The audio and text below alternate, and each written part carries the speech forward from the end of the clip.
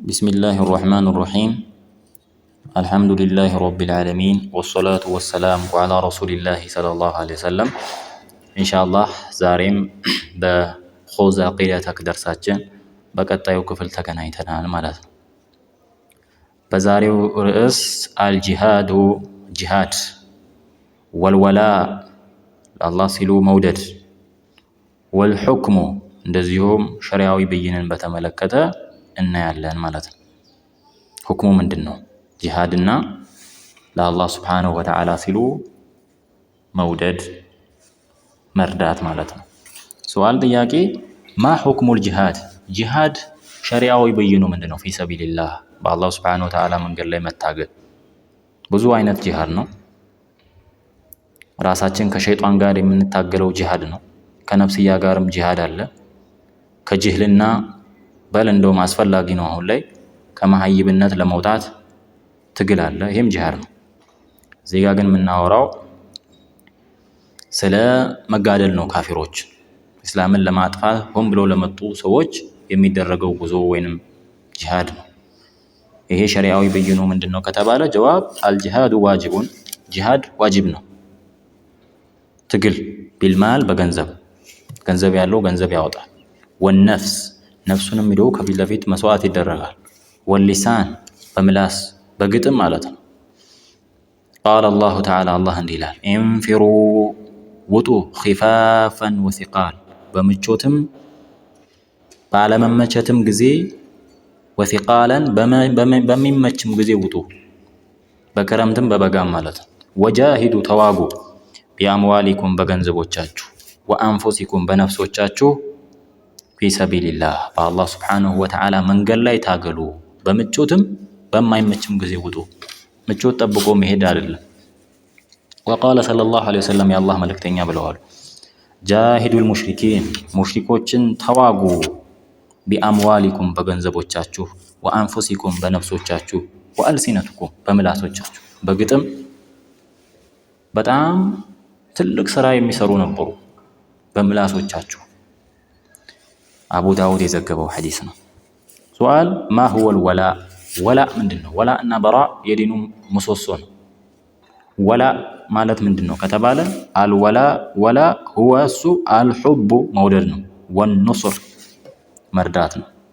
መውደድ አላህ Subhanahu Wa Ta'ala ሲሉ መውደድ አላህን መውደድ መርዳት ዲኑን መርዳት ነው ወላ የሚባል። ቃል አላሁ ተዓላ አላህ እንዲህ ይላል ወልሙእሚኑን ወንዳማኞች ወልሙእሚናት ሴታማኞች ባዕዱሁም ከፊሉ አውሊያኡ ባዕድ ለከፊሉ ምንድነው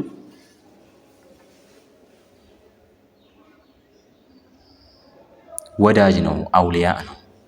ስለዚህ ሙእሚን እርስ በርሱ መዋደድ አለበት። ግልጽ ነው። ልንዋደድ ይገባል ማለት ነው። ዝም ብለን ያለ ምክንያት ሙስሊምን መጥላት የለም። ስለዚህ ወላ ማለት የአላህን Subhanahu Wa Ta'ala ወዳጆችን መውደድ ነው። ለአላህ ሲሉ መውደድ ነው። ዲንን መርዳት ነው። ወቃለ ሰለላሁ ዐለይሂ ወሰለም የአላህ መልእክተኛ ምን አሉ? አልሙእሚኑ ሊልሙእሚኒ ሙእሚን ለሙእሚን ከልቡንያን እንደ ግንብ ነው። የሹዱ ያጠናክረዋል ባዕዱሁ ባዕዳን ከፊሉ ከፊሉን ያጠናክረዋል። ግንብ አራቱም አንድ ላይ ሲጣመሩ ነው ጠንካራ የሆኑት እና ሙእሚን ልክ እንደ ግንብ ነው። ከፊሉ ከፊሉን ያጠናክራል። ረዋሁ ሙስሊም ዘግበውታል። ሱአል ሀል ተጁዙ ይፈቀዳልን መዋላቱል ኩፋር ከሃዲያንን መወዳጀት ወዳጅ አድርጎ መያዝ ወኑስረቲሂም እነሱን መርዳት ከከሃዲያን ጋር መወዳጀት ለከሃዲያን መርዳት ከሃዲያንን ማገዝ ዲናቸውን ማድመቅ ይቻላል? ላ ተጁዝ አይፈቀድም መዋላቱል ኩፋር ከሃዲያንን መወዳጀት ወኑስረቱሁም እነሱን መርዳት በጦርነት ማገዝ ዲናቸውን እንዲያሸበርቁ በዓላቸውን ማድመቅ አይቻልም። ቃለ አላሁ ተዓላ አላህ እንዲህ ይላል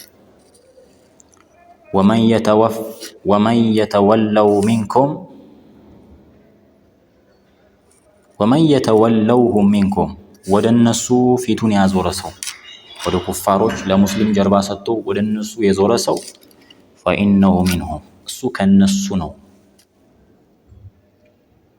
ወቃለ ሰለላሁ ዐለይሂ ወሰለም የአላህ መልእክተኛ ብለዋል ኢነ አሊ ፉላን እነከሌ እኮ አሉ ለይሱ ቢአውልያኢ የእኛ ወዳጆች አይደሉም። እነማን? ክርስቲያኖች፣ ሙሽሪኮች፣ አይሁዶች ከዲነል ኢስላም ውጭ ያሉ ሰዎች የእኛ ወዳጅ አይደሉም። ሁሙል የሁድ ወነሳራ እነሱን ወዳጅ አድርጎ ሞዴል አድርጎ መያዝ የለም። ሱዋል መን ሁወል ወልይ ወልይ ማን ነው? አሁን የተቸገርነው ነገር ደግሞ ወልይና ፉቅራን አለመለየት። ገላውን የማይታጠብ ትልቅ ድሪቶ የሚለብስን ሰው ወልይ ብሎ መቁጠር፣ አንገቱ ላይ ዝናር የሚያክል ሙስባሃ ይዞ የሚዞር ጫት እየቃመ የጫቱ ኮረፋት በአፉ የሚንጠባጠብ በቃ ቡቱቶ የሚለብስን ሰው ወልይ ነው እያሉ ስለሆነ ማን ነው ወልይ ከተባለ አልወልይ ሁወ አልሙእሚኑ ተቂይ አማኝ የሆነ ፈሪ የሆነ አማኝ ነው። አላህን የሚፈራ የሆነ ሙእሚን ነው ወልይ የሚባል።